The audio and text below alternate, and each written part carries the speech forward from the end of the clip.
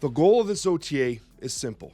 It's to relieve the pressure points being provided by Clog and Hela, essentially increase the fun while playing Marvel Snap, and also provide some love to the cards that aren't seeing any play. Which is funny, because two of the cards that are getting buffed, I've been featuring non-stop in my decks because I actually like them, and now those decks are better because those cards got better too. I can't wait to discuss this here, and we start with Zabu. Listen, Zabu literally released as one of the best Season Pass cards in Marvel Snap history, completely dominated the meta, and then it disappeared. Second Dinner took it out behind the shed, and you know exactly what they did. They obliterated Zabu, made it completely irrelevant, and the only reason why it has a 2% meta share is because there's a little bit of copium with Zabu in Wiccan decks, even though Psylocke is basically strictly better in that case. But anyways, now Zabu is going to differentiate itself from Psylocke, and now you have a 1/2 that gives each 4-cost card in your deck -1 cost. In your deck, not in your hand, and so it comes out on turn 1 potentially if you draw it. This could be very interesting. Like, I actually think this is a kind of interesting card. This is definitely a major increase in viability compared to its 2/3 counterpart that only does a 1 cost reduction on the next turn. Notably, it affects the cards in your hand, but Zabu is a whole lot cheaper, able to curve out, and its effect will last into turn 6, so perhaps those synergies and those types of plays with Shang-Chi being a 3 cost on turn 6 can be once again a reality. This is a Shang-Chi buff, make no mistake, but we'll have to see if Zabu really has a place in the meta considering how much things have changed. I suspect it will. 4-cost cards tend to be very powerful. We have a number of them that are, putting up a lot of points, a lot of, kind of core elements to the game. You have cards that are being buffed, like Atuma. Don't forget, Crossbones got buffed. You have big cards like, Cull Obsidian. There's been this, power inflation at 4 cost, and cards that are like Miss Marvel, for instance, that have been traditionally very strong are a little bit on the weaker side now. So it's like, Zabu's coming in at a very interesting time, and I'll be very fascinated to see how it impacts the meta. This is a buff, there's no question about it. I do think that the activate part might have been a little stronger because it would have affected both whatever you top deck and whatever's in your hand. This is going to be much more reliant on your card draw. So still, it is better, but it does keep it in check ever so slightly. Will it make something like Zoo to get a Kazar out on turn 3? I don't think so, but hey, time will tell. Zabu can only go up because it's been down for so long. And then that takes us to Hellcow. Now, Hellcow being changed to an activate that discards 2 cards was, we'll say, one of the most insane buffs they've ever made. Like, this completely destroyed the meta. Hela became an absolute force to be reckoned with once again, and the ability to use Hellcow and, quite frankly, not put Hela at risk at almost any time, especially when you consider all the targeted discards that have been added to discard as a whole. Hela was basically just like a safe play. It wasn't a matter of did Hela survive the discards? It was a matter of, did I even draw Hela at all? Because that is essentially what the challenge was in this meta. It's like, do I have Hela or I don't have Hela? And even if you don't, people were running Jubilee, people were running Iron Lads. They were trying to reach for that Hela very often as well. But Hela people say he got buffed, and it might have. I went to a 7 power last patch there, and then you had the effect go down to a -3, forcing Luke Cage to be a mainstay in those decks. But quite frankly, it didn't do much. A lot of people still played Hela. Hela was still very popular, and although it's saying a 6% meta share, and the win rate isn't crazy, I think it's the lack of interactivity that people just despise about the Hela gameplay style. It's not a fun experience, and I think that they're trying to target those experiences a little bit in this OTA, because you'll notice that a couple other cards, or one in particular that's getting nerfed, there's 2 cards getting nerfed actually, that definitely impact the gameplay experience negatively for the player on the receiving end. Hela is a good example of that, where you play everything right and you think you're doing good, and then all of a sudden Hela RNG completely dominates you and there's nothing you can do about it. And so they're pulling Hela back through the use of Hellcow's nerf. However, it's worth noting that according to them, and overall, the metrics are completely out of whack. It's popular, but it's not crushing the meta from a win rate perspective. And hey, Cosmo's back for a reason. And that takes us to what is, quite frankly, the biggest nerf of this, right? It's Widow's Kiss getting nerfed. I think this is detrimental to White Widow. I'm not saying it kills White Widow, but it might. There's potential synergy with Red Guardian. They're right to identify it here in the notes here that Red Guardian is potentially a nice combo there, because you're almost going to guarantee that it gets hit. It also becomes a -6 at that point that can't be removed unless destroyed.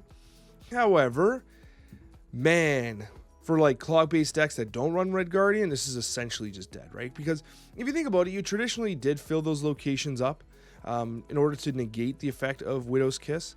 And now in this circumstance, the card just gets destroyed, and White Widow's still just a 2-2. 2-2 stats for just some minor macro disruptions, not enough. This is a massive change.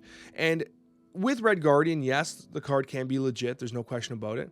However, without Red Guardian, which is not being played with it currently, this card is insanely worse. Insanely worse, right?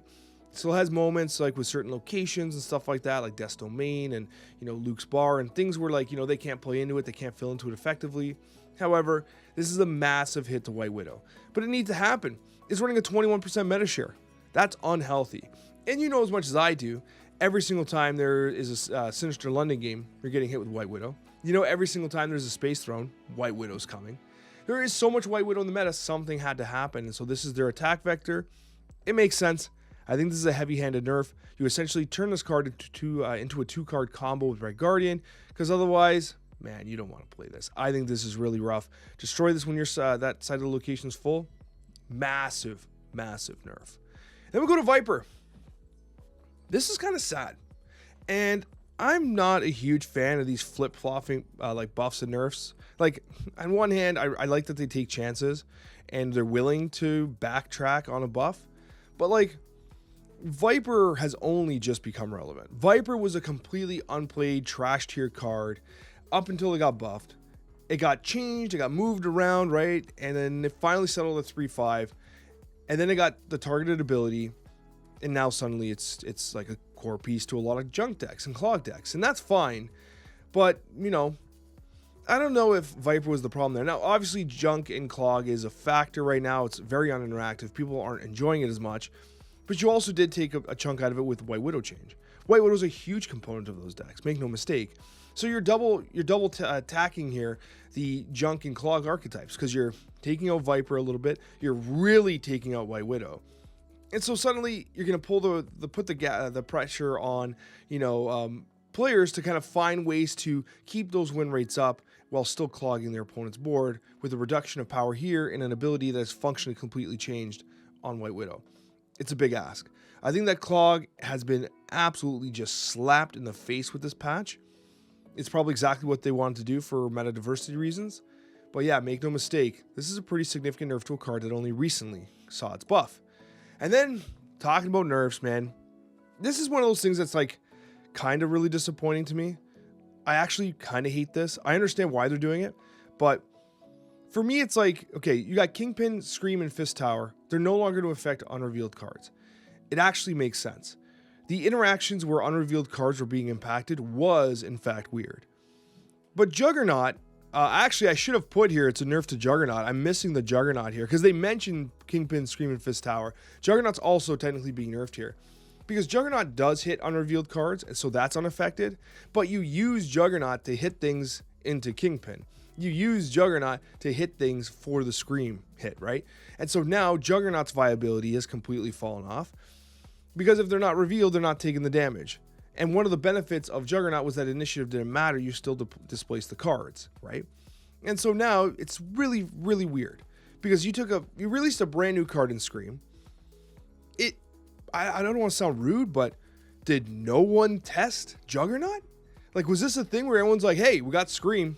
It gets buffed when cards move.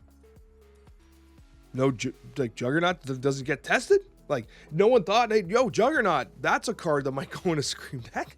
Maybe we should figure out this Juggernaut interaction with Scream before we release the card and people invest their tokens on it and invest their keys, which I went, I think, 7 deep in for the variant because I'm an idiot. So it's like, what do you do to those? Like, what do you do for those people, right? It kind of sucks. You'd hope that these things are resolved in advance, not now after the card's out of the spotlight caches and... Oh man, it sucks. It feels really bad. I like Scream. I'm happy I have Scream. And if you bought Scream, I think that's cool. But like Kingpin's still just a 1-2. Why not give Kingpin a buff, right? Yes, they're giving Scream a buff, but that's because it's the brand new card. Kingpin's worse now, but no, forget Kingpin. The card saw play for 1 week with Scream, right? Screw him, I guess. It's like, oh man, it's just frustrating because it's like, Those things have to be resolved before a card like this gets released, especially when you're playing with people's resources. It is so frustrating for me as someone who, like, my heart goes to the people out there that are trying to make best use of their resources, whether it's their tokens, their spotlight keys, or whatever it is, okay? The game is expensive. Card acquisition is hard enough. Decisions are tricky enough to make. To have a card come out that's honestly exciting, Scream is a super cool card, and then to change its core fundamental mechanics, it's like, man, you can't just do that. Like, it's just frustrating for me because Scream's weaker now. Juggernaut's weaker now. And guess what? My review said Scream is the good card in those decks. It's the rest of them that need help, and they nerfed the rest of them. They nerfed the Juggernaut interaction. They nerfed Kingpin. They nerfed Fist Tower. It's like, oh my gosh. So honestly, if this deck's going to see any hope of being relevant, it's going to need more than just a power buff on Scream. Because a power buff on Scream, I think, is purely just, it's theater. Because this is not the problem. Scream is not the problem. The problem is everything else, right? The problem is if you don't draw Scream, the deck dies. Now Juggernaut's irrelevant. Juggernaut at least could win you a lane on turn 6, right? It's like, not irrelevant. Juggernaut's still good, but like, obviously you lose something here, right? So it's like, this whole thing kind of gets me a little hot and bothered. But what else were they going to do? They have to make the game more consistent. I understand that. And, you know, I believe they'll make it right. They want this archetype to clearly exist. But man, I'm kind of disappointed. But it is what it is, right? It had to happen. Just like this Grandmaster buff. Listen, I actually like Grandmaster. If you guys have been watching me on stream or even catching my videos on YouTube, which you obviously are because you're watching a YouTube video right now, you know I've been playing lots of Grandmaster. I actually really like this card. And I think this 3% meta share is me. Honestly, it's me and you guys that are watching and saying, I'll play some Grandmaster, right? Yeah, his win rate sucks and his cube rate's negative. That's also me. But what I will say is I like Grandmaster. And so seeing him move to a 2-3 is cool. He was a 2-0 at first. Now he's a 2-3. It also helps that Misery came out. So Misery and Grandmaster, they step on each other's toes a little bit. I like this. I like this a lot. I've been unironically playing Grandmaster. So this got buffed. I'm a huge fan. I like this. I'm all for this. Just like I'm all for Hulkling getting some love. Hulkling, a 42% win rate. Are you kidding me? A 0.4% meta share. Look at that cube rate at -4. This is awful.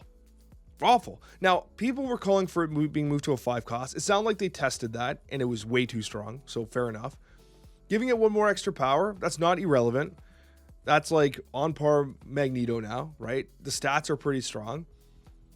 You can't argue with that one extra power. One extra power makes a difference. We've all lost games by 1 power. Is it enough for Emperor Hulkling? I think it's a start.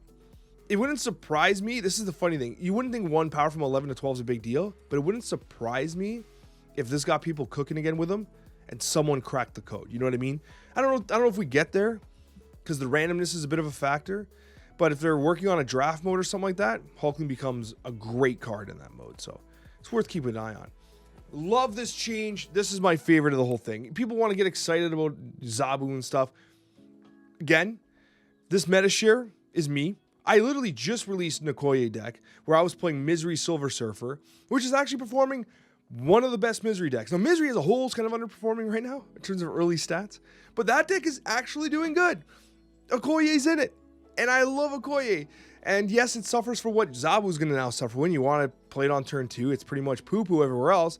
But Okoye is a 2-3. You draw it on curve, play it on 2.